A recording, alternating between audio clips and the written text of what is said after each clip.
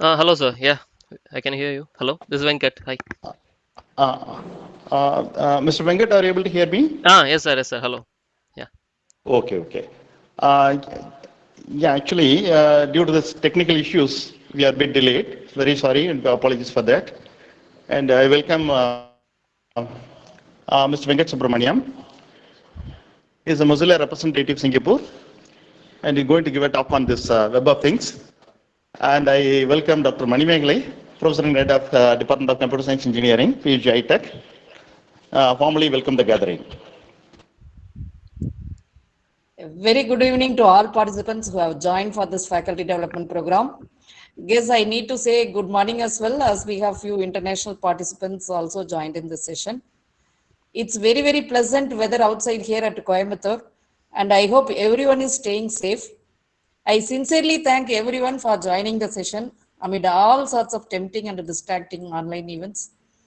At this juncture, on behalf of the management, faculty members, and the students of PhD Institute of Technology and Applied Research, Coimbatore, I take immense pleasure in welcoming all participants for this online faculty development program. We are really overwhelmed about the number of registrations we received, which is 700 plus, and happy to attract few international participants as well. This 3 days online faculty development program is organized by the Department of Computer Science and Engineering, PH Institute of Technology and Applied Research, in association with the Computer Society of India, Coimbatore chapter, on Internet of Things, Robotics and Data Science for the next 3 days during the specified timing.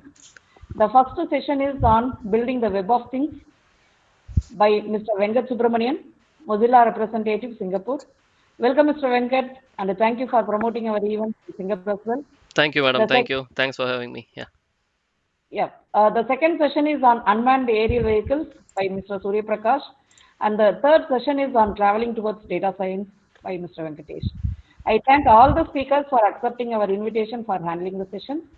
At the outset, I congratulate and appreciate the efforts made by the convener of this FDP, Professor Elango, for successfully coordinating with the speakers, registrations, and the participants.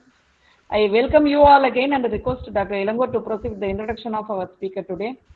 I hope everyone will be having good time in listening to Mr. Venkat. So, over to Professor Elango.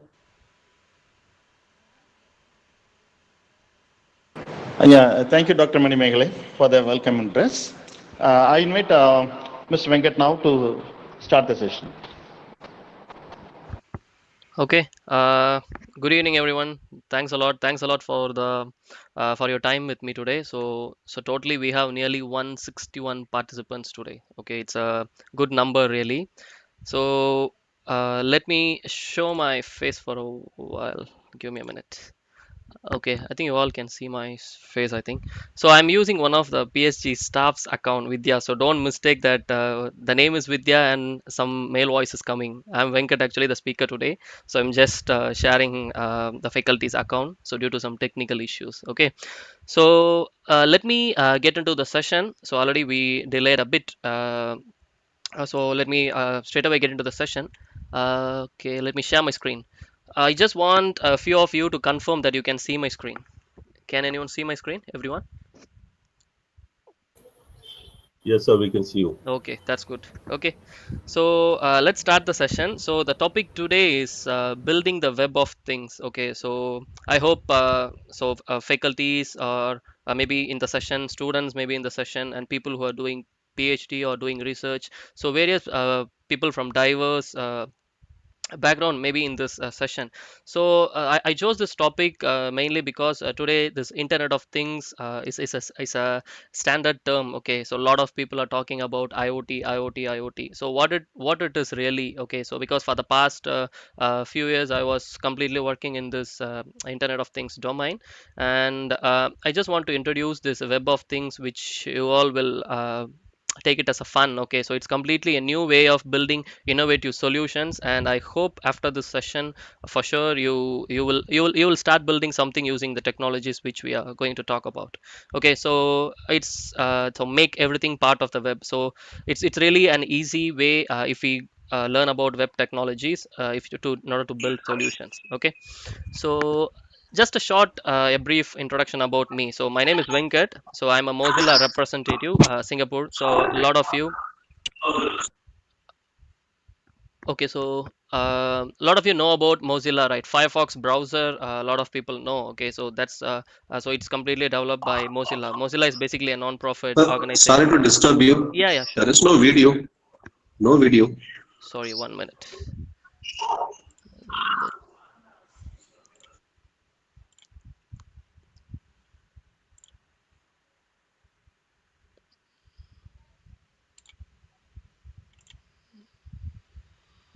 Can you see now? Sorry, I just cancelled and set. Can you Yes, see? sir. Okay, Thank that's you. that's okay. Please, if there is anything like this, please tell to me, okay? Because lot of participants I cannot ask individually. So thanks a lot. Thanks a lot. Yeah. So let's start. Okay, so this is the title today. So just a brief introduction. I'm Venkat and Mozilla representative of Singapore. So Mozilla is basically a non-profit organization. Okay, so US-based organization building a lot of web technology-based tools like Firefox browser and a lot of projects they are working on. I'll be sharing some of the projects under Mozilla. Okay, so you can just choose, and if you're interested, anyone is open to contribute. So it's completely open source. All their projects are. So I'm an active Mozillian, and I'm one of the contributor of this Web of Things project. So Web of Things is basically using web technologies to control and monitor all the devices. So just like Internet of Things, we are just going to focus on web technologies and make it easy peasy for everyone to build innovative solutions. Okay, I'm also an executive member of IEEE Education Society in Singapore. Okay, so organizing a lot of technology sessions for the students in NUS, NTU, and all these kind of stuff. So so today what we are going to see, so in brief, it's like IoT versus WOT. So before we talk about Web of Things, we should know how it is different from Internet of Things, right? So IoT versus WOT, and WOT requirements and integration patterns. Okay, so something we will discuss technical. Okay, some web technology, some web protocols, some kind of IoT protocols. So we will discuss. So after the session, you can just take note of the presentations, whatever I'm sharing. We can have 15 minutes or 20 minutes, depend on the time. We can have a QA session. Okay, so then API and interoperability. So how API is being used in today's a lot of innovative application development, and how this Web of Things is going to bring interoperability between various devices from different manufacturers. Okay, so then some of the major protocols used in Web of Things we are going to discuss, and how to model a WOT system. So maybe after the session you may know, okay, what is WOT? If I want to create a WOT device, a device to be a part of web, what should I do? Okay, so you all will know, I hope. So you can create your own web thing. Okay, so then at last everything is like theory. Okay, but we should have something practical. So the best way to learn something is getting your hands dirty. Okay, so I'll show you how you can develop your own smart home using this Mozilla's Web Things gateway, so completely using Raspberry Pi and all these kind of cool stuffs. So this is just a brief about how this technology era is moving forward. Okay, so the past is completely relied on agriculture. Okay, so we all cultivated land processing, we were exchanging all these kind of goods, and that's how the business works. But now today is we are all in industrial society. I don't say it's purely industrial, we are in between industrial and knowledge society. Okay, so completely doing manufacturing, so these kind of products, marketing, so all these kind of things will comes under industrial society.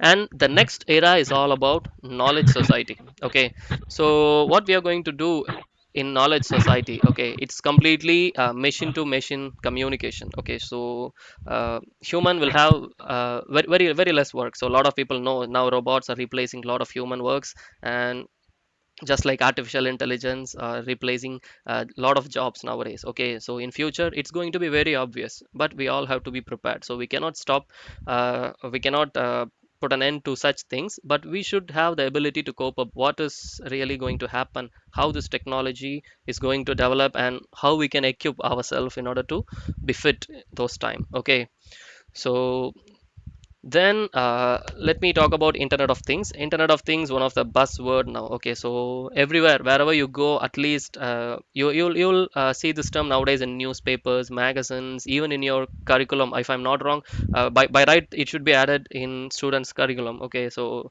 Internet of Things is such a powerful technology now emerging a lot. Okay, so what is the Internet of Things basically? So Internet of Things is basically a system of physical objects. Okay, it can be anything.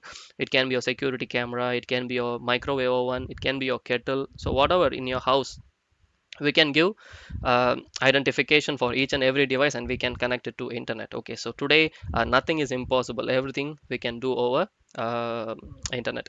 Okay, so it's basically a system of physical device that can be discovered, monitored, controlled, or interacted with or by electronic devices. Okay, so it can be your mobile device, or even device to device can talk to themselves, okay, to communicate over various networking interfaces. So here networking interfaces, we are referring Zigbee, Bluetooth, Extend, Notion, BACnet. So these are all different protocols, okay, and eventually can be connected to the wider internet. So what is so difficult in this Internet of Things? Okay, so there are different protocols. Okay, we don't know which device is going to support which protocol, and for each device, to control each device, you need to have a separate application, and it's totally manufacturer dependent. Okay, let's say if I'm buying a product from XYZ, okay, so I need to use that XYZ's application, or I need to use that XYZ's web app to control and monitor.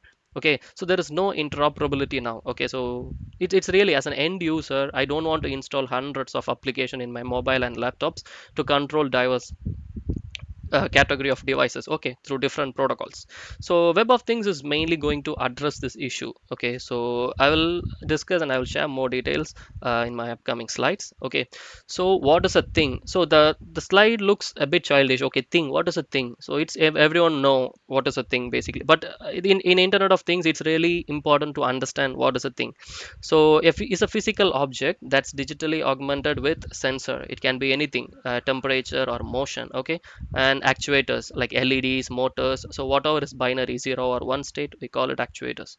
Then whatever the device is doing some kind of computation, it can be anything. Okay, some small Arduino board, Raspberry Pi, your laptop. Even if it is doing a small computation, we can consider this thing as a part of Internet of Things. Okay, and the communication interface, whatever the device, whether it has a Wi-Fi, Bluetooth, or Zigbee, any kind of communication interface, we can consider this as a part of Internet of Things. Okay, so then, or the combination of above items. Okay, so basically that's what we call it, say, a smart device. Okay, so nowadays we are telling smartphones, right? A smartphone is having a sensor, a smartphone is having computation, a smartphone is having a computational communication interface. Okay, so basically it can be a single device, or it can be a combination of above items. So okay, in short, it can be anything. Okay, from an RFID QR code to the devices used to build a big smart city. We can consider it as a thing, and we can include this thing be a part of the web or internet. Okay, so before we talk about Internet of Things and Web of Things, okay, so we just need to understand how it's going to play, and how this Web of Things is different from Internet of Things. Okay, so in order to understand that, we need to understand what is this OSI model. Okay, this open system interconnection.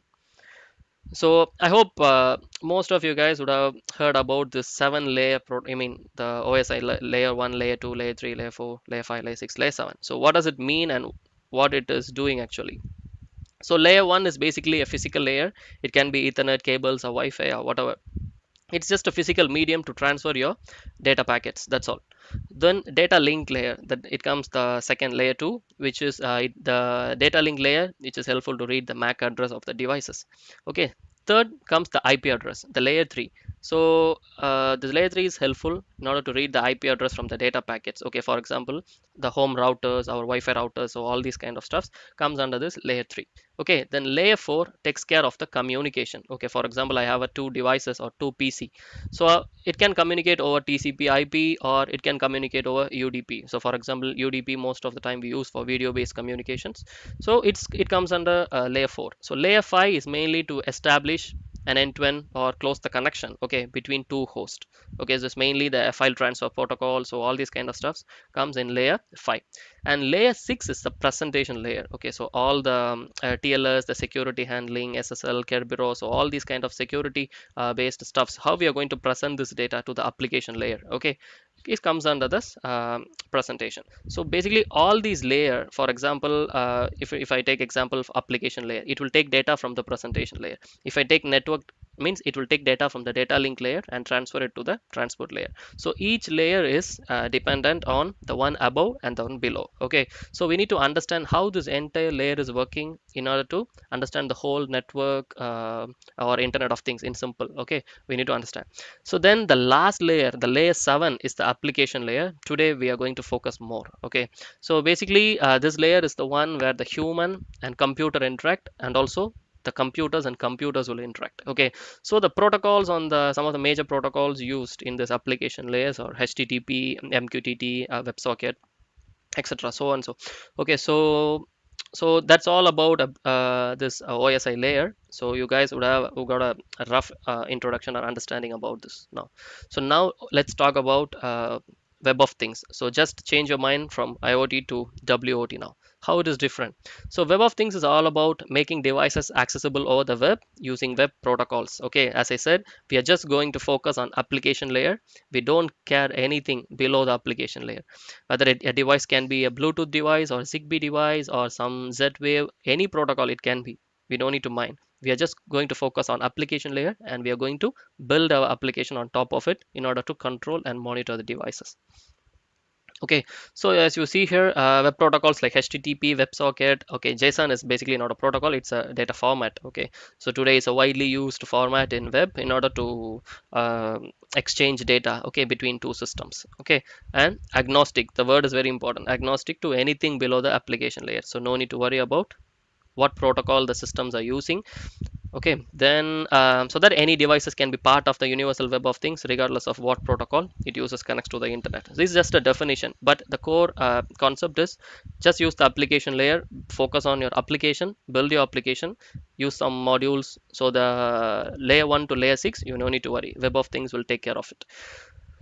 So actually this web of things, W3C, everyone know about this World Wide Web. Okay, so in Google, if you're browsing now, you can just search W3C, Internet of Things, World Wide Web Consortium. Okay, so they are the one, maybe I can say roughly they are the creators of web. Okay, so they a lot of a big team is working on this web of things concept and developing a wide standard. So I think since last April, okay, this W3C has officially recommended this web of things to industries or publics or whoever people, so to come forward and take this standard to build solutions. Okay, so this is just a WOT recommend. So in this slide, what I'm going to tell is what is really needed if you want to implement a web of things system. Okay, so basically all web things. So here I call all the web connected things, I'm going to call as a web thing. Okay, it can be anything, a smart bulb, a smart plug, or a simple sensor. Okay, as long as we are connecting it to the web, it's called as a web thing. Okay, so no need to get confused. Oh, what is web thing? It's totally a new term. It's not like that. So device which is connected to web, so called web, is called web thing. So a web thing must support communication over HTTP. Okay, so now everything is over HTTP. You are browsing something in your browser, so you're making a HTTP request and you are getting a HTTP response. Okay, everything is now happening over HTTP. So similarly, the device should also support HTTP. Okay, then second thing, a web thing must have a root resource, okay, accessible via a HTTP URL. For example, if I have a smart bulb, okay, something it's running, I connected this bulb to my smart home Wi-Fi, and my Wi-Fi assigned the IP address to this bulb, like 192.168.0.5. Okay, so this 0.5, this HTTP colon slash slash 192, this is the root URL of this device. Okay, once I get this root URL of the device, I can able to control the device. Okay, so the device should support get, post, put, delete method. Okay, so when we will use a get method, I'll show in my next slide. So get is mainly used in order to read sensor data, post is mainly to create a resource, put is to update a relay or an LED, for example. So, okay, so it's changing a state from true to false. Okay, so then delete is completely deleting the resource. Okay, so a web thing must support these kind of HTTP verbs, okay, so that it follows the WOT standard. Then a web thing must implement HTTP status codes. Okay, so in web technology, it's all about status codes. Okay, we don't know what is really happening in web. If the system responds 200, we are happy that okay, the server responded with the information I requested. Okay, so then 400 means there is some issue with the client. Okay, so then 400 bad request. So these kind of error codes in day-to-day life we would have seen when accessing browsers, some websites. Okay, so a web thing, similar way, a web thing should also follow this standard. Okay, if I have a smart bulb, I have a Android application, or I'm just using a browser to control this smart bulb, means once I make a request to turn the bulb on, the bulb should respond with 200 status code. Okay, okay, so meaning that I'm okay, all the resources, all my servers are running fine, I can turn it on. So these kind of methods the web thing must support. So when we are developing a web of things solution, so these kind of standards we need to follow. Okay, because we are adapting, we are bringing the web, we are bringing the things to part of the web. Okay, then a web thing must support JSON as a default representation. JSON stands for JavaScript Object Notation. So it's basically a format. I'll show you how the JSON format looks like. So your thing should follow this data format so that it can easily exchange data from and to the web. Okay, then a web thing must support get on its root URL. So it can be anything, the web can be anything, the web thing can support get, post, put, delete, as I said, but the root URL should always support get so that we know what the web thing is. Okay, uh, when I'll show you some demos so you can understand more in detail what I'm talking about. So as I said, these are all the HTTP verbs in Web of Things. So get is mainly for reading the data from devices and sensors. Okay, just the word is very obvious, right? Just get it like that. Just get the data. Post it. So post means just create a new device or sensor. Post the data. That's all. Then put. So put is mainly to change the value of the sensor, LEDs or actuators. Okay. So delete, just delete a device or sensor. So today it looks very simple. The HTTP verbs looks very simple. But if you deep dive into any web technologies or any applications today in web, of course, get, post, push, put, delete. These are the HTTP verbs ruling the entire web technologies. Okay, it looks very simple, but entire platforms, entire system to system communication currently is happening through get, post, put, delete. We call it API. Okay, so basically, so then WOT integration patterns. Okay, so basically there are three type of integration patterns. One is direct connectivity, and second is gateway based connectivity, and third is a cloud based connectivity. Okay, so let me just explain how this three are different to each other. In direct connectivity, your device will directly expose a web thing API. For example, if I have a smart bulb, immediately the bulb, if the bulb exposes a smart bulb web thing API, I can just use my browser or I can use my mobile, just scan the QR code. I will get the URL of the device. I can able to control it. Okay, so this is a direct connectivity. All the devices will directly expose the web thing API, which as a user, I can use a client or some browser to read the API. I can control it. It's very straightforward. Then gateway based connectivity. So when the gateway comes, for example, Bluetooth devices cannot directly connect to internet, right? So for example, in direct connectivity, let's say a Wi-Fi bulb can be easily be an example for this direct connectivity. Wi-Fi bulb can directly connect to your home Wi-Fi, and it can directly expose a web thing. But in gateway based connectivity, you need a gateway in between. Okay, a middleman. For example, if it is a Bluetooth device, means you need a Bluetooth gateway. Then this Bluetooth gateway will be connected to your smart home, I mean Wi-Fi, home Wi-Fi. From there, it will go to internet. Okay, so that's gateway based connectivity. So IoT comes under three different categories. It can be a direct connectivity, it depends on the application. It can be a gateway based connectivity. And so today I'm going to show one example, the Mozilla's Web Things Gateway. It's basically a gateway based connectivity. Okay, so all your devices will be connected to your gateway. So basically it's a Raspberry Pi. We are going to run as a gateway, and this Raspberry Pi will be connected to your home network, and this will expose a Web Thing API. You can control it using that Web Thing API. Then cloud-based connectivity. So in cloud-based connectivity, all your devices will directly send the data to cloud. So basically all these MQTT. So today a lot of people would have tried this. At least if you're working in Internet of Things, for sure you would have tried this MQTT at least once. Okay, so sending the data. It's also basically everything is a TCP IP based protocols. Okay, working on application layer. There is no just the terms are different. The way they send and receive response is just different. Okay, so basically everything is a web protocols working on application layer. Okay, so cloud based connectivity is mainly for devices. Every devices will share the data to the cloud. Then from the cloud we are going to control it. So basically IoT comes under mainly comes under this three category. So if you're building any project, you will most probably you will be choosing any one of the category from this three only. Okay, so then let's talk a bit about API and interoperability. So what is this exactly? So API stands for Application Programming Interface. Okay, so you can see a lot of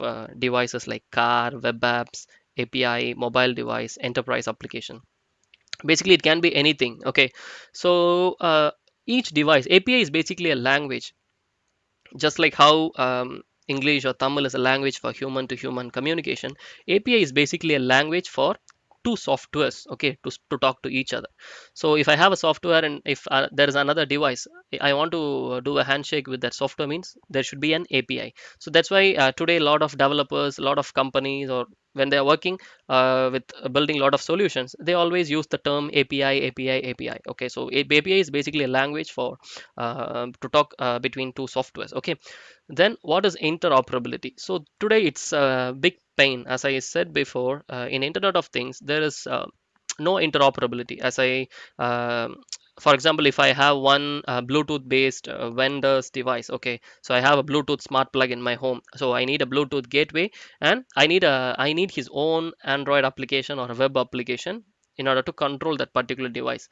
So our mobile will be, so maybe if you have a smart home, if you have a smart home in your house, you would have experienced this pain. Okay, so many applications to set up that one device, I need to install so many applications to control it. I need to open each and every device application. To open camera, I need to open an application. So basically this is the pain point in Internet of Things, and web technology is really good in solving this problem. Okay, so we are just going to use the application layer.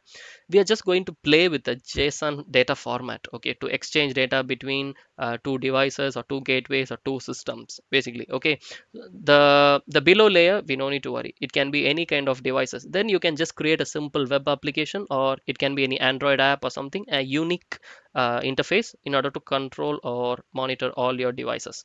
That is interoperability. So today this Web of Things community is focusing on this area to solve the issue. Okay, then what is REST? Okay, so I said API, right? So a lot of you maybe if students, if you're listening, you would have heard about the term REST API. Okay, what does it mean? Okay, what it's really doing, and why it is so important when it comes to web technologies. So REST is basically stands for representational state transfer. It's a standard. Okay, it's basically a standard to make two systems communicate over the web. Okay, whereas HTTP is an implementation based on the REST. HTTP is not a standard. A lot of people think that HTTP is a standard. HTTP is just a protocol which follows the REST standard. Okay, how it is working in Internet of Things. Let me just explain you with a diagram. So here left side you can see your client. It can be a smart device or your mobile or browser, whatever.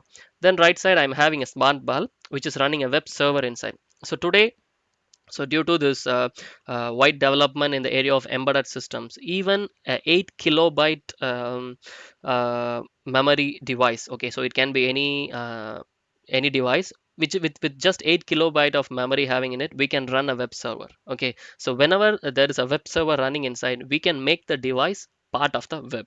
Okay, so that's the biggest advantage today of using this in Internet of Things. So that's why a lot of research is going on and a lot of innovative solutions are building up rapidly. Okay, so okay, let's come to the topic. So you can see the REST API. Assume that this device is running a web server inside.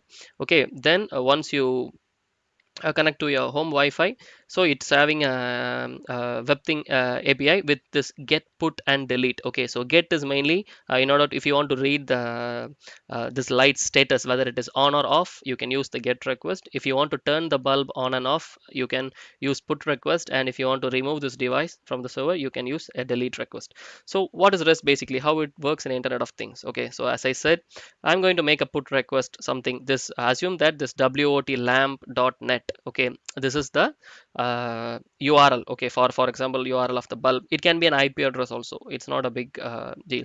So we are going to make a put request. Okay, you can make a put request to this bulb, and the bulb will respond. Okay, I'm I'm on now. Okay, so it's 200 okay. So 200 okay is basically all your browser will receive 200 okay as a response, and your bulb will turn on. So it looks very simple, right? Easy peasy, right? So that's the advantage of using Web of Things. Okay, then WebSocket. So basically now I'm discussing all these widely used protocols in web. Okay, so HTTP is a commonly used protocol, as I said. Now second thing is a WebSocket.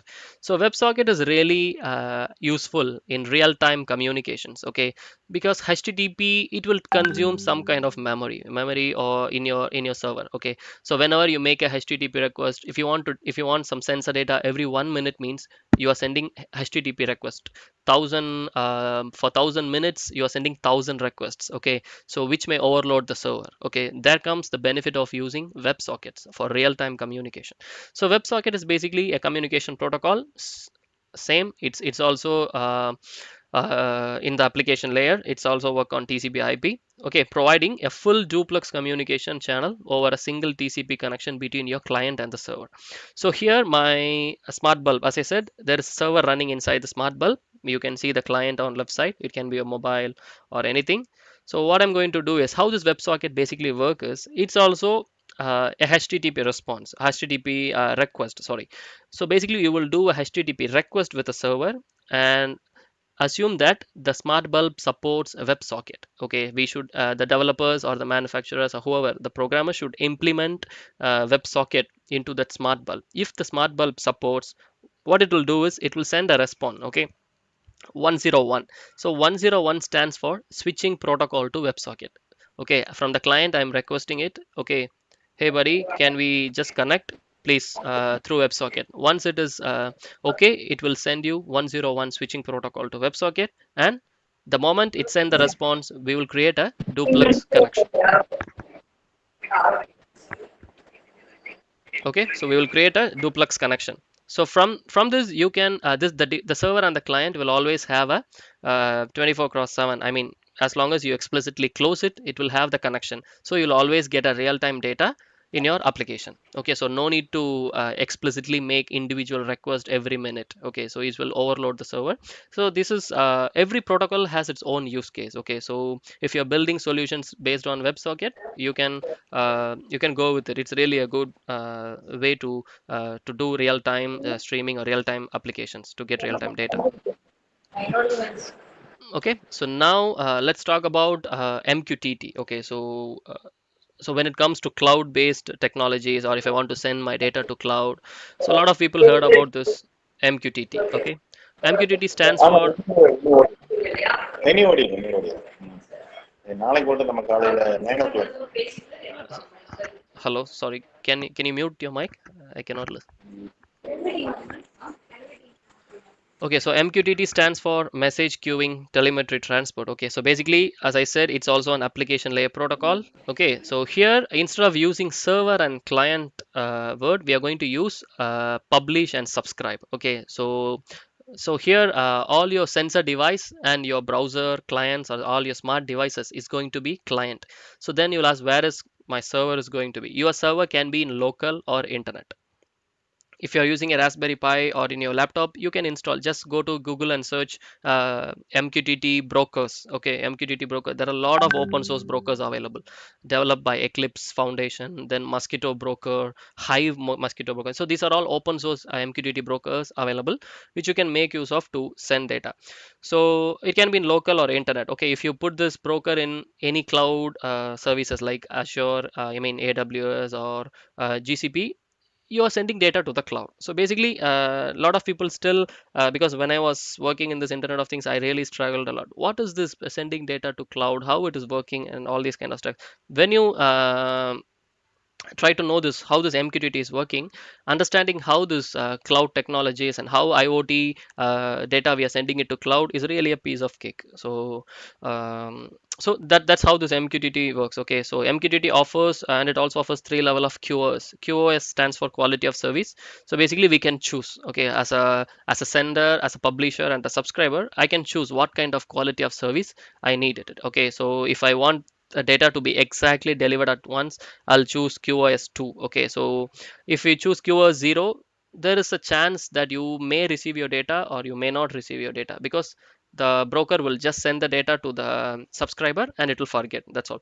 So I'll just explain with a simple example here. So basically, for example, I bought a EC2 instance, okay, in AWS, and I installed my broker, open source broker Mosquitto, in this AWS. Okay, now I can access this. My broker is publicly accessible, so anyone can publish data to the broker and anyone can subscribe to it. Okay, but of course, that public broker is not always a best way to do it. For your personal projects, if you're doing, you should always implement username, password, or some kind of certificate based authentication. Okay, so now for example, I have a Raspberry Pi with some sensors deployed in it. Okay, I'm going to publish the data to the MQTT broker on the topic MQTT slash DHT. So DHT is basically the humidity temperature sensor. Okay, then I'm going to write a simple web application or web app, some JavaScripts or something, in order to subscribe the data from the broker on the topic MQTT slash DHT. Okay, so then now I can able to see the data in my browser. Okay, so that's how this MQTT flow it works. So actually, then web thing description. Sorry. Okay, so what is this web thing description? This device, for example, let's talk about individual human. For example, I'm Venkat, right? So my name is Venkat. I have my own properties, my address. So I have my own metadata, okay, which is completely unique and it won't change until I die. Okay, so similarly, each device in this world will also have a description. Okay, so that's what we need to pick up to build the web of things infrastructure. So okay, so basically now I have a lamp here. Okay, so a smart bulb. So what the smart bulb can do, I can turn this bulb on, I can turn this bulb off. Okay. Second thing, now if I can control its brightness, this is next level. Okay. So this property, I mean that this device having two properties. One is on and second is controlling the brightness. This property won't change. Okay. Once the manufacturer make this device, these two properties are not going to change. This property belongs to that uh, device. Okay, so similarly, the web thing description, basically it provides a vocabulary, okay, for describing the physical devices connected to the world wide web in a machine readable format. As I said, it's a JSON encoding. So you can see the JSON format here. So basically it's just an open brace and close brace, and you are going to define all these kind of information.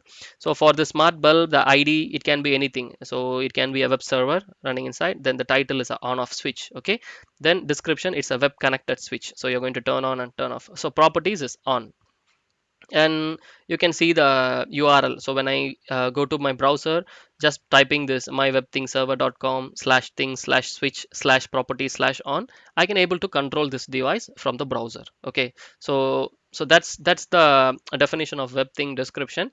And if you're developing your own web thing, you should follow this standards. Okay, so actually Mozilla has already defined, Mozilla and World Wide Web Consortium has already defined a clear documentation on this for all most of the Internet of Things devices. Okay, so sensors, actuators, cameras. So how you want to make a things description, everything is well defined. I can share the link maybe later in the chat box or message box. You can take a look. Okay, then WebThing REST API and WebSocket API, as I said. So now you can see the WebThing REST API and WebThing WebSocket API. Okay, it allows a web client, so it can be a browser, to access the properties of a device. So basically on, or if you want to control its brightness, you just need to go with the API request. That's all. request the execution of actions and subscribe to events. For example, once the bulb is on, I want to send some trigger, okay, to my web application to show some notifications, or I just want to push this data to do some web hook, okay, so to make a post request to some REST API. You can do anything, okay, using this JSON response. We are just going to play with this JSON response, and it's super easy, okay. Now, once I make the bulb put request, the bulb turns on. I will show you an actual demo, maybe just let me open my Raspberry Pi here. Okay, sorry. I'm running a, okay, so here you can see.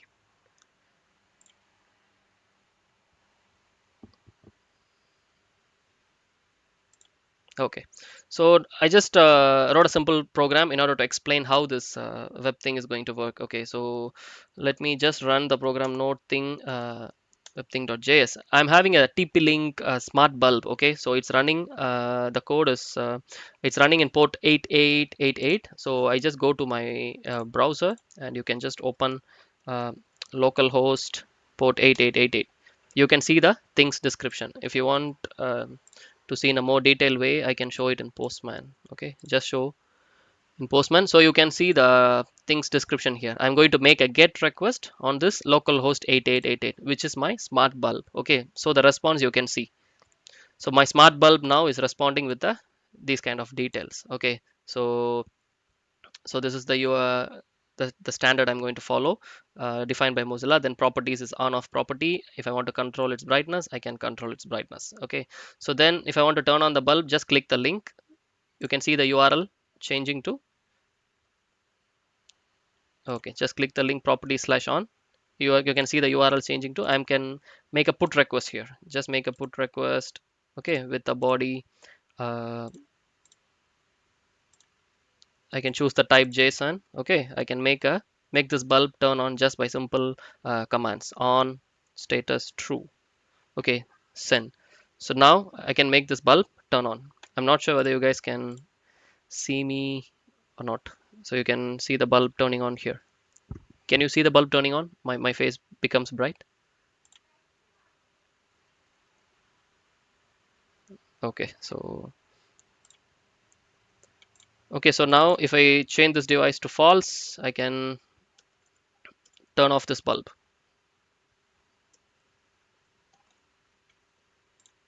Okay, so now the bulb is off. Okay, so that's how the web things interaction with this web thing works. Okay, so now you guys would have got a rough understanding. Okay, so what I'm talking about, what is REST API, and how I'm communicating with the device. Okay, so let's come back to the session. Okay, now let me talk something about Mozilla. Okay, so basically I'm a Mozilla representative, as I introduced me before. So what is Mozilla? And I really want a lot of contributors to contribute your knowledge and time to this open source project and interesting Internet of Things based project. Okay, so Mozilla is a non-profit organization, so its mission is mainly to focus on privacy, okay, as a priority. So all their projects mostly is it's fully focused on providing you a complete privacy. It's not about collecting your user information or selling it to something, just like a lot of big giants are doing. It's not completely like that. Okay, so they always believe that you are the creators of the web. Okay, so then these are some interesting projects from Mozilla. Common Voice. Okay, so what are the projects you are seeing here? You can just Google it. Okay, so you can get more details. So now no need to explain everything in detail. Okay, you guys are learning much in Google than listening from people. Okay, so just take the keywords and you can search later. So Common Voice is a project where you can contribute your voice to Mozilla. Then Mozilla's Mixed Reality is all about virtual reality and augmented reality. Okay, so they have a mixed reality browser, so it's mainly for VR AR enthusiasts. Then Hubs. So Mozilla Hubs is basically just like this Google Meet and Zooms, but it's completely in a virtual environment. If you have a Samsung Gear or something, you can just wear it and you can participate in a virtual webinar.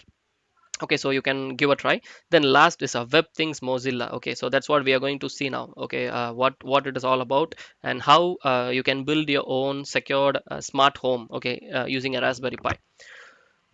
So now, okay, so what is so special about this WebThings gateway? Okay, so this WebThings gateway is basically a smart home gateway.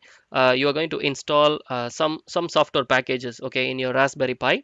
It's an open source project. Basically, the GitHub links, everything is available online. The source code, everything is available in GitHub. You can just search in Google Mozilla IoT, and you will get all the required details. Okay, so how it is working? So here Mozilla Smart Home. So what is the difference between the typical vendor and this open source implementation of a smart home? Okay, so in typical vendor, you can see all your smart home data. For example, your smart bulb, smart plug, all your data will be stored in cloud, and you are using your Android app or something to control the device. Okay, so everything is happening through the cloud. We really don't know whether your data is securely stored, or how they are using your data. Nobody knows, right? So even though we read the privacy policy, none of us, I think most of our people, we just keep reading the privacy policy, the terms and agreements and all. So we really don't know what is really going on with your data, right? So that's the reason this Mozilla Smart Home will help you to store your data just within your home. Okay, so here you will store all your information, everything in your Raspberry Pi. So we are not going to use any kind of cloud infrastructure to store your data. Okay, so we are just going to use by default, if you register for this smart home gateway, you will get a unique URL. Okay, so basically this URL, what you will do is like it's just creating a tunnel. Okay, just a tunnel which you can use from the browser to access your gateway anytime, anywhere. It's not storing your data. So basically it's just tunneling through a secured reverse proxy. Okay, I can explain later in detail so what it is all about. So then decentralized. So today this word we should focus much on decentralized. Today everything is centralized. So okay, for example, big companies, we can say Facebook, YouTube, so and so. Of course, these guys are doing really a great job, but everything is centralized approach. Everything is functioning in a centralized manner. All your data, everything is going to their server, and it's distributing according to the logics, okay, written.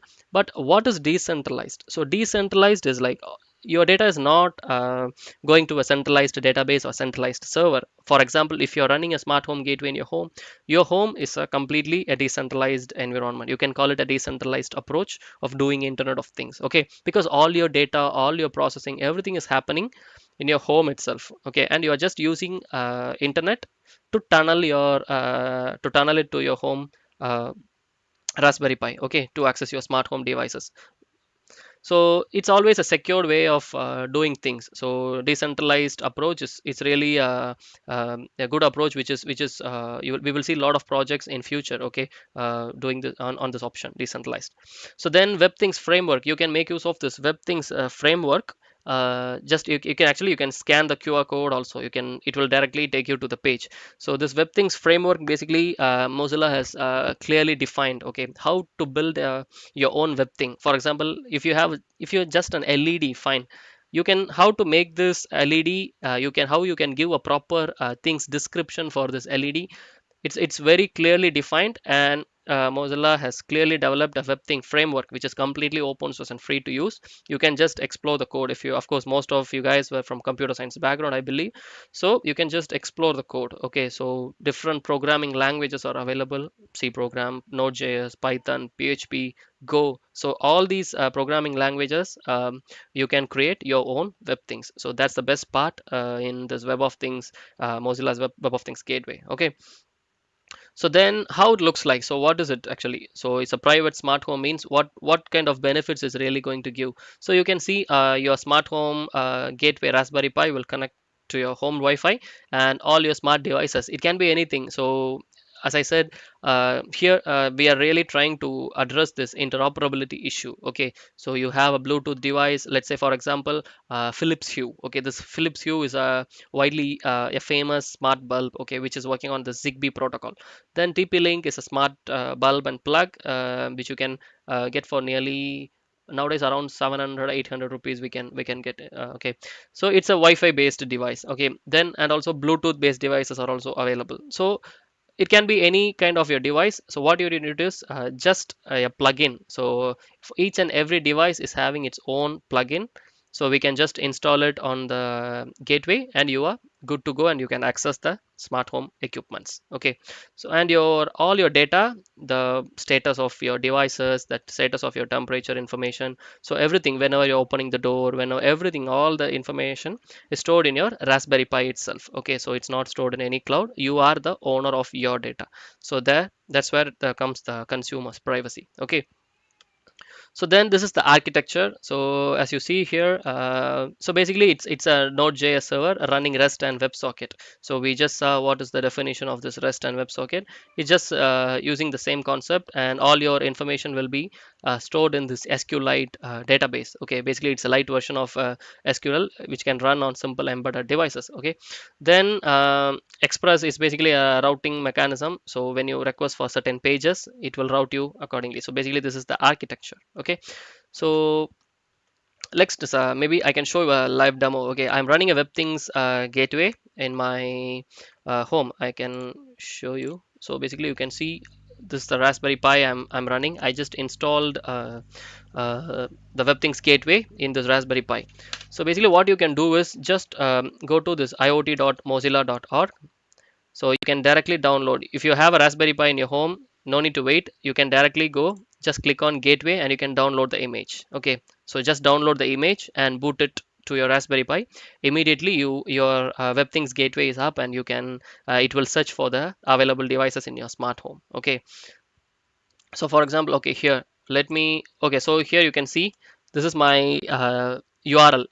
I got a free URL from Mozilla, which is apvenkat.mozillaIoT.org. Okay, so basically you can, when you just click scan, it will scan for the available devices in your network. So currently in my home I have a smart bulb, I have three smart plugs. Okay, I have connected my kettle, laptop and table fan. So basically you can just when you click save, it will add the device. That's all.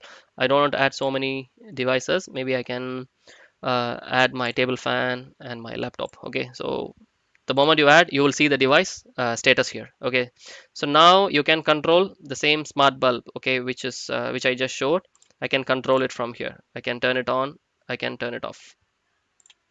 Okay, so the brightness is 0. You can control the brightness here. You can increase the brightness, you can decrease the brightness. So whatever you want to do, you can just do it with this interface.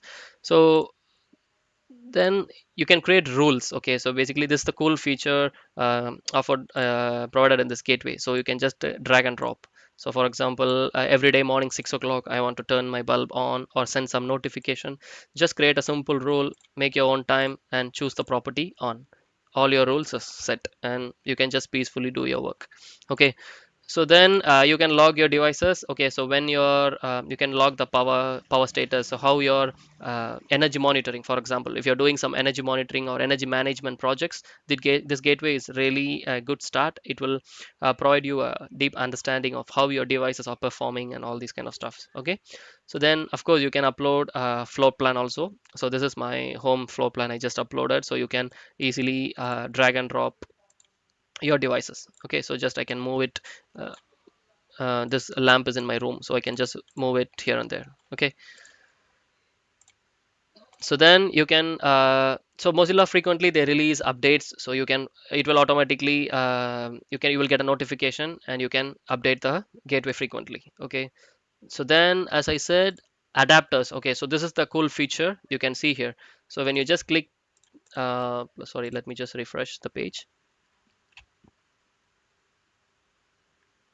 Okay, so basically the add-ons is all about different brand and different manufacturers. Okay, so when you click plus, you can see the multiple add-ons. So currently the gateway supports, it's more than enough. Most of the smart home equipments at least comes under this category. So most of the code, okay, the programming, everything is not just done by Mozilla. So a lot of open source contributors like us. Okay, so contributed to this code. If you are really good in programming, you can contribute, you can choose some of the smart home devices which is not available in the list, and you can develop your own source code and you can make a pull request in GitHub, and your source code will be, and your plugin will be available in the list. Okay, so it's really good for students to do such kind of things or contribute to open source community. Okay, so then okay, maybe let me just show you the things description. Okay, so this is the URL normally. So I just go to this things description. So you can see mozilla-iot.org/things. When I make a get request, you can see all the devices available here. So my room lamp, what is the description? If I want to control, I just need to click this URL. It will direct me to that controlling thing. Then I can control on and off. Then I can increase its brightness. So you can see the things description. So we should always follow these kind of standards when we are building a IoT based application. Okay. Okay, so then let's get back to the session. And okay, so then how students can contribute? It's not just for students. Any enthusiast who's good to or interested in contributing. Okay, so how you can contribute for this Mozilla IoT? So you can build your own IoT device. Okay, using this Mozilla WebThing API, and you can publish it, or you can write a blog, or as you wish. Then students can write blogs about Mozilla IoT. Okay, how you build. You can share your things. It's all we are always happy to to help students. Then if you can code, of course, so you can choose, as I said, so you can choose the list of supported device. If the device is not in the list, you can write your own programming and code. You can submit a pull request and submit your code to Mozilla, and everyone can make use of it. Then if you're good in language, of course you can help in translating it. So this is one of the cool feature I forgot to show you. So this gateway you can localize. Okay, so just when you click localization, currently there are 25 to 30 languages available. Actually for Tamil, I'm the one who contributed for this language. So the entire gateway interface will be changed to Tamil. Okay, so now you will see all these interfaces. See, it's not just technology. So the technology should reach millions of people. It's not always people who know English can learn technologies better. It's not like that. So if you're really good in language, we can try to provide this information to people who are not. So later your grandfathers or grandmother, even they may be good in controlling a smart home. If I provide this gateway to my grandmother, now she know what to do. Okay, so how to create a rule, she can make her own rules, and she can control her smart home. Okay, so basically technology, that's how technology has to be easy peasy for everyone. Okay, so that's all you can do. So now maybe this is just channel I just started. Okay, techbeast.org. So you can just Google it. So it's currently started by me. So I'm just making some YouTube videos all about Internet of Things and cloud technologies. So whatever we discussed today, you can check out the YouTube video. There are a lot of hands-on. Okay, I just do everything. I show a lot of IoT products, and it's available in YouTube. So if you like it, please feel free to subscribe and share it with your friends. Okay, so this is my LinkedIn. If you want, you can stay in touch with me. You can take out my email ID. If there is any help you need on Internet of Things or cloud, you can always reach out to me. So let's learn from everyone and teach for everyone. Thank you. Any questions?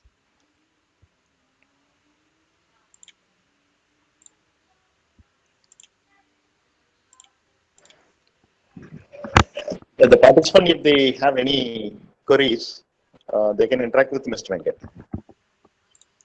Yeah, sir. Let me wait for them. Yeah, if any questions, I can answer. Yeah.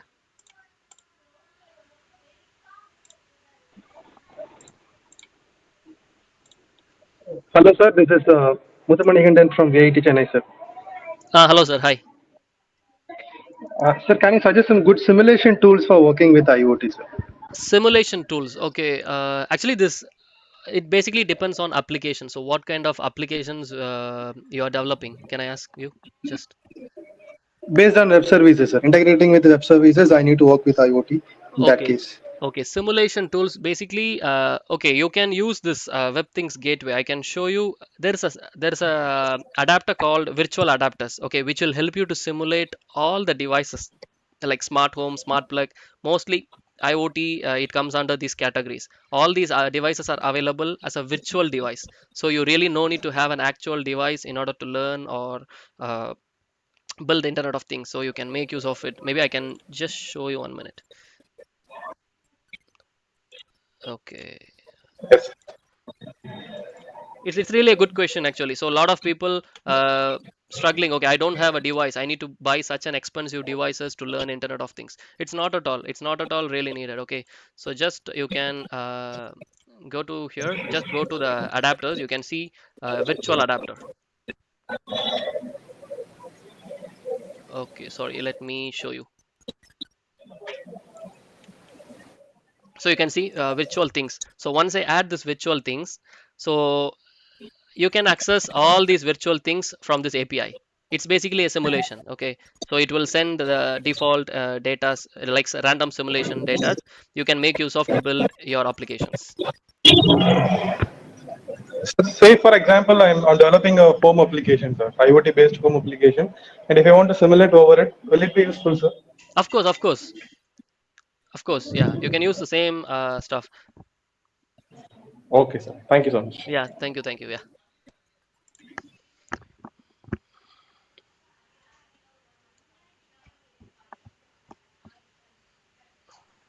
Okay. Any other questions? It's a QA session totally, so you can ask anything on this session or Sir, anything interested or something on IoT. Yeah, excuse me, sir. Can you yeah, hear yeah, me? yeah. I can hear you. Yeah. Sir, what is the difference between client server model and publish and subscribe model? Okay. Basically, it's client and server. The client is directly talking to server. Okay. So in this publish subscribe concept, we are going to use a mediator. Okay. So the client will always talk to the mediator called a broker. Okay. Then the broker will send the data. It's all about transferring. If you take out the broker, it's a client and server concept. If you put the broker inside, it's a publish and subscribe concept. Thank you. Yeah. So that's how it works. Basically, everything is a client and server, but we use different terms like client subscribe, I mean publish subscribe, client and server, request response. So everything is like different terms, but the concept behind is TCP IP. Simple. Yeah. Thank you, sir. Thank you so Yeah. much.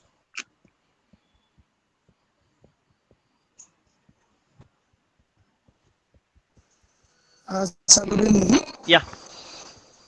This Good is evening, Vidya Brito from sir, St. please. Joseph's College. Yeah, sir. Sir, regarding security, Hmm. how we can provide a security at sensor side? Okay. Because the sensor will sense the data alone, Hmm. okay? But from outside the sensor, when the data is pulled out from the sensor, Hmm. we have to protect them. Okay. So That's good. how That's a we good can? question. That's a good question. Okay, so basically security we need to start from the scratch. Okay, for example, if you want to provide security at device level, we can implement a trusted platform module. Okay, it's a encryption key. So whatever the data the sensor is sending, it will come after the TPM. So this is at the device level. So now you are asking how can I get the data in a secure way. Okay, so there comes the JWT, JSON Web Tokens. So normally now all the I talked about API, right? REST API. So all these REST API currently the implementation is we will have a token. We will have a token. So all these individual REST APIs we are making to talk to a device or send to a platform or web, we need to attach this token. Yeah, we need to attach Chatல this token. கேட்கலாம்ல Chat respond must, sir. Sorry, Yes, sir. Continue, sir. yeah. So it's basically the using the JSON web tokens. You can pass the token with your API. It will be secured. So no one without knowing the JSON web token, nobody know what is the API is going to give. Okay, so you need to add this JSON web tokens. Maybe you can search in Google about this JSON web tokens, which we can make use of. Yeah, for providing security in application layer level to get or send data between devices. Yes. Thank you so much. Yeah. Sir, when we talk about Web of Things, Hmm. which one is the compatible, between Arduino and Raspberry Pi? Okay, actually that's the biggest advantage of going with Web of Things. It can support both as long as any device is running a web server. So now you know this Node MCU, right? Very cheap, I think 700, not even 700, very cheap than that. So we can get a Node MCU small board which is running Arduino. It can be a part of WOT. It can be a web thing. So just go to this iotmozilla.org. You can see some tutorials which they have did based on this Arduino. Of course, Raspberry Pi is bit powerful. Okay, so now Raspberry Pi 3 is having more RAM. Okay, more than 2 gig of RAM is there. You can do better processing and you can run a web server or a gateway, as a gateway for your smart home or your smart office. But Arduino is very little in memory, okay, so we cannot overload it. But both can be part of web, and you can make a web thing with both. Okay, sir. Thank you, sir. Yeah.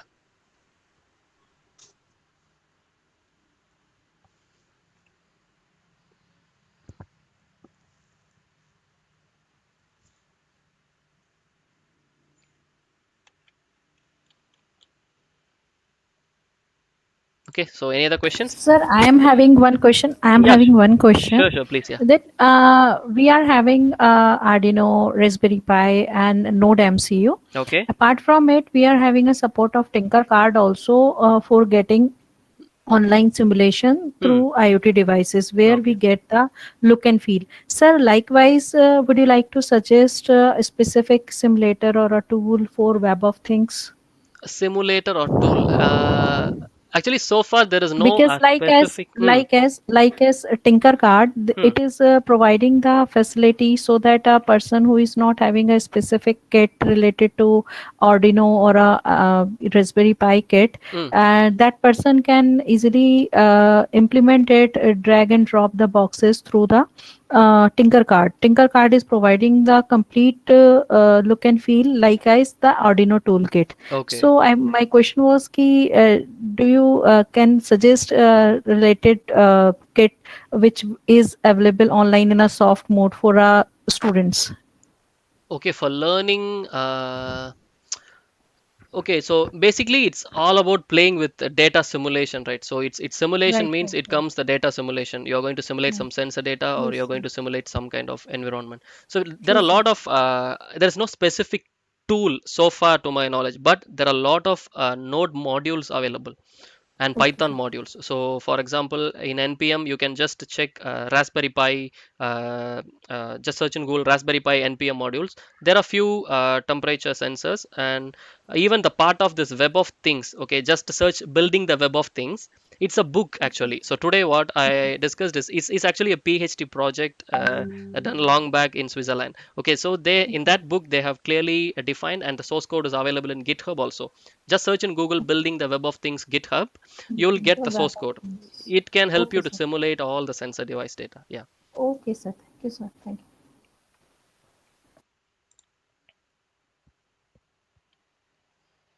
Yeah. Well, so far good questions, a lot of good questions. Hello, sir. Yeah. Sir, I have one question from decentralization. Okay. It feels like similar to edge computing, like as we share, like our data, which Okay. is from different IoT devices, will be stored in our home.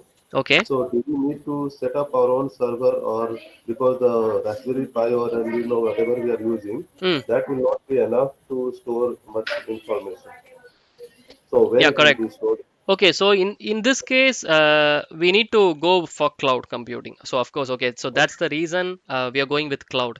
So it's not always Raspberry Pi. So now you can go with some bigger processors. Okay, so for example, you can use your machine, or else you can get an AWS instance, EC2 instance. You can subscribe. So for 1 year now, it's free. You can just use those kind of cloud computing resources to perform your this kind of high compute, high intensive applications. Yeah, Raspberry Pi is a good way to learn the concepts, but it is not a platform to develop products. Okay, so it's always a good to do a POC, but if you want to develop products, it's always use the AWS or something for your development purposes. Yeah, so that's what a lot of industries are doing now, because they cannot manage the devices themselves. Okay, so that's the reason. Or else in NVIDIA, there are a lot of boards available, which is powerful than Raspberry Pi. So in NVIDIA, you can just check NVIDIA development kits. So I can suggest that NVIDIA development kits. So you can use high intensive computations and decentralization techniques. Yeah, Thank you, sir. Thank you. yeah. Or can we take our own system, another computer as a server, Of course, can. Of course. like to implement as an edge computing? Yes, of course can, of course can. But your device has to be dedicated for that purpose. Yeah. Yeah. If you Thank you, have sir. your unused laptops, of course you can just clean everything, install some Python or TensorFlow libraries. You can do some machine learning, or you can do the processing, edge processing. Yeah. Thank you, sir. Yeah, thank you. Yeah.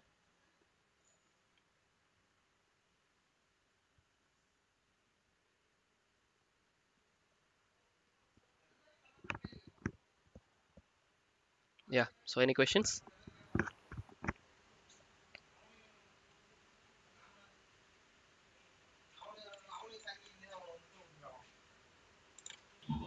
Sir, Yeah. sir, if I control one lamp by using MQTT Hmm. plus sensetechnique.com, that page means it's coming under IoT or WOT. What is the exact difference between Okay. IoT and WOT? Okay, exact difference is all Internet of Things is if you talk about MQTT, to be frank, MQTT is an application layer protocol. Okay, so exactly if I want to tell means if you just talk about MQTT, it's a web protocol. Okay, as long as it's working in this application layer, so it comes under Web of Things. It's Web of Things is not a different. Completely different from IoT. It's always it complements Internet of Things. We are just talking about the application layer. When you talk about Bluetooth, Zigbee, and all these kind of stuffs, I can say it comes under Internet of Things. Okay, when it comes to Web of Things, we are just focusing on application layer. So MQTT comes on application layer. I can say it's WOT. Yeah. Did I answer your question? Yes, sir. Yes, sir. Okay. Okay.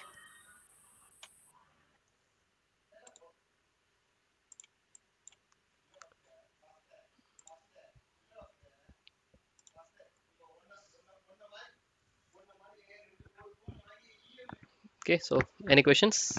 Sorry. Any more questions from the participants? I think Okay. we are done. Okay, sir. If any more questions are there, I'll share the contact details of Mr. Venkat to all of your email ID so Yeah. that we can be in touch with him in future also. I thank all the participants for the patient listening, and Mr. Venkat also have done this job very well. Yeah. We look for the tomorrow morning session by 9 o'clock. Hope tomorrow morning we'll start the session on time. Thank you. Okay. Thank you, everyone. Thanks a lot. Thanks a lot for your time. Yeah.